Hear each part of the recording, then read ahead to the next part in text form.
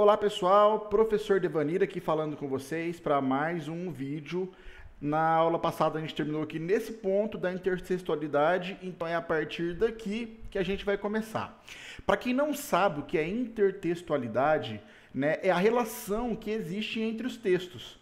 Né? E vamos lembrar que texto, nós já estudamos isso, texto não é só aquele texto convencional que a gente conhece, o texto escrito. As imagens são textos, as fotos são textos, os textos escritos são textos, poemas são textos, uma pergunta pode ser um texto, uma simples cor pode ser um texto. Texto é tudo aquilo que transmite uma comunicação, né? Todo enunciado com a intenção de se comunicar. Tá? Então, tudo isso é texto. Então, a gente está falando de texto nesse sentido amplo aí, tá? De todos os significados possíveis. Então, aqui nós temos uma pequena definição, né? É a relação ou influência que um texto estabelece com outro texto. É a referência que um texto faz a elementos de outro texto, pode ser implícita ou explícita, seja no nível de conteúdo, forma ou de ambos, forma e conteúdo. Há diferentes tipos de intertextualidade e ela pode ocorrer nas diversas linguagens. Então vamos lá. Quando a gente fala em intertextualidade, pessoal, é porque quando a gente tem um texto, ele tá fazendo alguma referência, ele tem algum tipo de relação com outro texto que não faz parte desse mesmo texto. Tá? E isso pode ser com diferentes linguagens, né? Então, você pode ter uma referência ali com um gesto, um sinal que faz referência a um texto escrito, por exemplo, né? Uma música que faz referência a uma pintura. Então, você tem elementos que fazem referência uns aos outros, não precisa ser da mesma linguagem, tá? O texto escrito só tem intertextualidade com outro texto escrito, uma imagem só tem intertextualidade com outra imagem, não, tá? É amplo. A intertextualidade todo tipo de texto pode fazer referências uns aos outros e assim tá tudo bem, beleza? Seguindo aqui, nós temos, na imagem acima, quadros importantíssimos na arte são unidos em torno de uma prática comum do mundo contemporâneo, a selfie. Então, quando você olha aqui, esse quadro aqui, ele é nada mais do que uma junção de diversos outros quadros importantes, tá? Então, aqui, para quem não conhece, nós temos os quadros importantes aqui ao lado. O Grito, de Edvard Munch, né? Nós temos Moça com Brinco Pérola, também um quadro muito conhecido, talvez aqui o mais conhecido de todos vocês, né? A Mona Lisa, do Leonardo da Vinci, e também nós temos A Noite Estrelada, de Van Gogh, tá? Então, o que ele fez? Ele pegou todos esses elementos e criou uma imagem, né? Ele misturou tudo em uma só, para chamar aqui de selfie. Tem até um celularzinho aqui que é uma relação contemporânea, né? Um celular que não existia em nenhum desses anos aqui em que as pinturas foram feitas. Na verdade, estava muito longe de existir o celular ainda. E aí nós vamos para a primeira questão aqui, a 6. Leia as tirinhas abaixo para responder as questões. Então nós temos aqui o texto 1, leiam com atenção. E quando eu falo ler, professor, mas não tem nada escrito, mas tem as imagens. Nós também lemos as imagens, né, no sentido de que a gente precisa entendê-las. Né? Então, tem uma mensagem sendo transmitida aqui. Então, vejam com atenção para decodificar. E depois nós temos o texto 2, certo? Vamos lá, então. Letra A. As duas tirinhas fazem intertextualidade com contos de fadas. Repara, pessoal, não é uma pergunta. Não me responda sim aqui, pelo amor de Deus. Tá bom? Não me responda sim ou não. Isso ele está afirmando. As duas tirinhas fazem intertextualidade com contos de fada. O que você vai me responder aqui é quais são esses contos de fada. Então, aqui no texto 1, ele está fazendo uma referência, né? Ele faz uma intertextualidade com qual conto de fada? Né? Qual conto de fada que acontece algo semelhante ao que está aqui? E no texto 2 a mesma coisa. Qual conto de fada que tem uma referência a isso que a Mônica está fazendo aqui no quadrinho? Então, pensem nos contos de fada e coloquem os nomes dos contos de fadas aqui, ok? B. As tirinhas utilizam diversos recursos para causar diferentes efeitos de sentido. Nas tirinhas acima, o humor foi causado pela quebra de expectativa do leitor pois o último quadrinho expressa uma ação das personagens que não era o que esperávamos de acordo com os contos de fada a que elas fazem referência. Explique a quebra de expectativa em cada uma das tirinhas. Calma lá, que tá muito doido isso aqui talvez de entender. Se já não entendi nada, professor, vamos entender com calma. O que você precisa entender na B, que você vai explicar aqui, é qual foi a quebra. Você vai explicar, né, a quebra de expectativa em cada uma das tirinhas. Ou seja, quando a gente vê a tirinha, a gente conhece a história dos contos de fada e a gente tem uma expectativa. Ou seja, a gente espera que aconteça alguma coisa, né? Você já conhece a história do conto de fadas e tal, você olha ali e fala, eu acho que vai acontecer tal coisa. Entretanto, quando a gente observa o quadrinho, a gente vê que o que acontece não é o que aconteceu lá no conto de fadas e provavelmente não é o que aconteceu de acordo com o que a gente esperava, né? O que a gente imaginava que fosse acontecer não acontece. Isso é uma quebra de expectativa. Quando aquilo que você achava que fosse acontecer não acontece.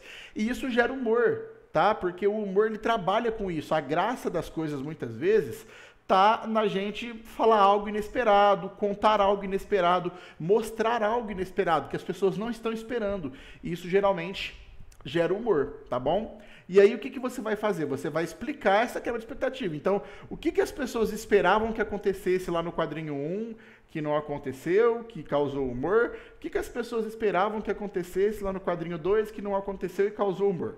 Bem tranquilo, tá? Não é difícil, é só prestar muita atenção no que a pergunta quer de vocês, que vocês conseguem interpretar certinho o que ela está querendo.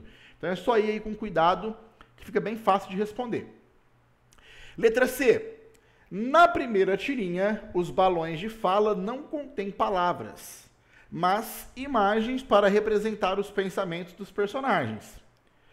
Crie falas para os 3 quadrinhos, mantendo o efeito de sentido original. Gente, lembra que aqui no quadrinho, ó, não tinha palavras nos balões, ó, só tem imagens. Entretanto, dá pra gente imaginar qual era o conteúdo dessa conversa deles. E o que vocês vão fazer é exatamente a mesma coisa aqui, ó. Vocês vão escrever, vão colocar falas nos balões. Ah, professor, não cabe para escrever lá. Não tem problema, faça no caderno, numa folhinha ali, coloca quadrinho 1, quadrinho 2, quadrinho 3, coloca lá fala do príncipe, fala da Magali, ou fala da princesa, como vocês preferirem. Não precisa colocar os nomes dos personagens, faço apenas referência a eles. E aí, essa fala dos personagens tem que ter a ver, né? Tem que manter o mesmo sentido que foi dito aqui, ó. Então, embora ele não tenha usado palavras aqui, dá para deduzir o que ele está falando, o que eles estão falando. Então, você vai escrever aqui o que seria essa fala deles. Se em vez de imagens tivesse escrito palavras ali, o que seria? E aí vocês vão pensar e vão colocar aqui, certo? 7. Leia a tirinha abaixo e responda. Então, leiam aqui com atenção para poder responder o resto dos exercícios. A qual outro texto essa tirinha faz referência? Então, olha só. De novo, uma intertextualidade aqui. Então, essa tirinha faz referência a um outro texto. Isso aqui está implícito na fala, né? Então, você tem que pensar qual outro texto que essa tirinha aqui agora ela está fazendo referência. Responda aqui. E aí vai ter a segunda pergunta dentro da mesma ainda. O que o pai da Magali esperava que acontecesse ao plantar feijões mágicos, de acordo com o conto a que o texto faz referência? Então, nesse ponto, você já respondeu aqui qual texto que ele faz referência. E aí você vai responder a segunda pergunta. Qual que era a expectativa do pai da Magali? O que ele achou que fosse acontecer? É isso que você vai colocar ali adiante. C. No último quadrinho, há uma quebra de expectativa. Explique o efeito de humor que ela causa. Mesma coisa que vocês fizeram aqui atrás, ó. Quando vocês explicaram aqui na B a quebra de expectativa aqui dos quadrinhos, você vai fazer isso aqui também. Então, qual era a expectativa, né, que tinha aqui? E aí você vai falar, você vai explicar qual o humor, né, qual o efeito de humor que isso causou. Qual foi a graça que isso trouxe?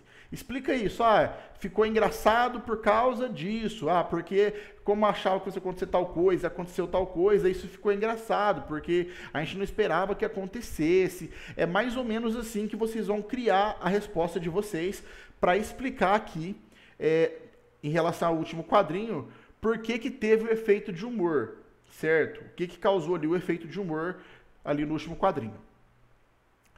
Balões nos quadrinhos, pessoal. Isso aqui, ó, eu acho que vocês, para quem gosta de ver quadrinhos, vocês já devem ter deparado com isso várias vezes aí ao longo aí das HQs, né? Mas vamos lá. Esse balão convencional é o balão de fala.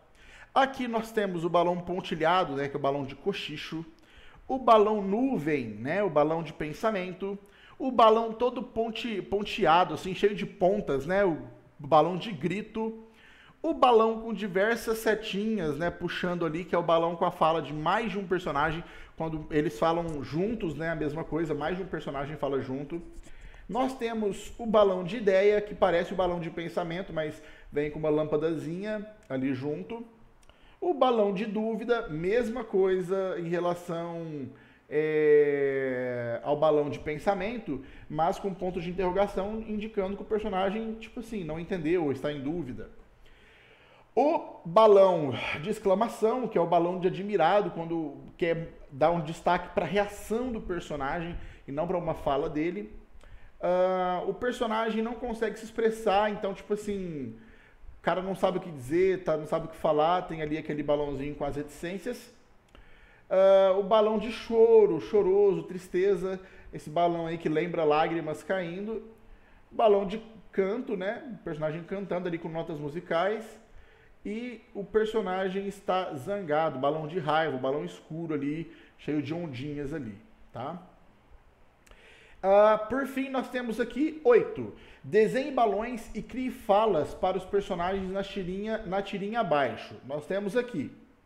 Então, nós temos aqui 1, 2, 3, 4 quadrinhos. Então, vamos com base nesses balões aqui, ó. Vocês têm aqui um acervo de balões para poder usar. Nós temos aqui alguns balões que foram apresentados para vocês. Com base nisso, vocês já sabem quais balões podem ser utilizados, certo? Utilizem balões aqui, tem até um espacinho aí na folha de vocês, dá para fazer nela aí mesmo. Utilizem os balões adequados a essa situação para representar a fala dos personagens, né? Ou a reação dos personagens também, não necessariamente a fala, né? É isso. 9. Agora é a sua vez. Crie uma tirinha, uma charge ou um meme sobre o assunto que desejar. Preste atenção às características de cada estilo e escolha cuidadosamente as palavras e os balões de fala. Vocês têm aqui, pessoal, uma folha praticamente inteira para vocês desenvolverem aí uma pequena charge ou uma pequena história em quadrinhos, né, uma tirinha ou um meme. Vocês viram aqui ao longo dessa atividade, ó, toda, diversas histórias em quadrinhos, charges, memes, e aí vocês vão fazer aqui embaixo o de vocês. Ah, mas tem que ser qual, professor? Pode ser sobre super-herói? Pode. Ah, pode ser sobre o coronavírus? Pode. Ah, pode ser sobre a série que eu vejo na televisão? Pode. A imaginação de vocês é o limite, pessoal. Vocês podem fazer aqui o assunto e o tema que vocês quiserem. A única coisa que vocês precisam seguir é as características dele, né? Olhem os exemplos anteriores, vejam como é feito, e aí vocês conseguem imaginar e fazer a versão de vocês, fazer o de vocês aqui. Tudo bem? Não é difícil, não tem complicação, é só um pouquinho trabalhoso e requer um pouco de cuidado. Então vamos fazer com capricho, com bastante empenho, que vocês vão fazer um trabalho excepcional, eu tenho certeza. Bom, pessoal, a gente finaliza aqui essa apostila de maio. Eu espero que esse vídeo seja muito útil aí, que ajude muito vocês a fazer os exercícios. E vocês já sabem, hein? Se tiver dúvida, fala comigo lá no WhatsApp, eu estou lá pronto para atender vocês, tudo que vocês precisarem. Ah, professor, não entendi alguma coisa? Manda lá para mim, a gente conversa, a gente ajuda. No que for preciso, a gente ajuda vocês. Espero que tenha sido útil esse vídeo, pessoal. Bons estudos aí para vocês e até mais. Um beijo para todos.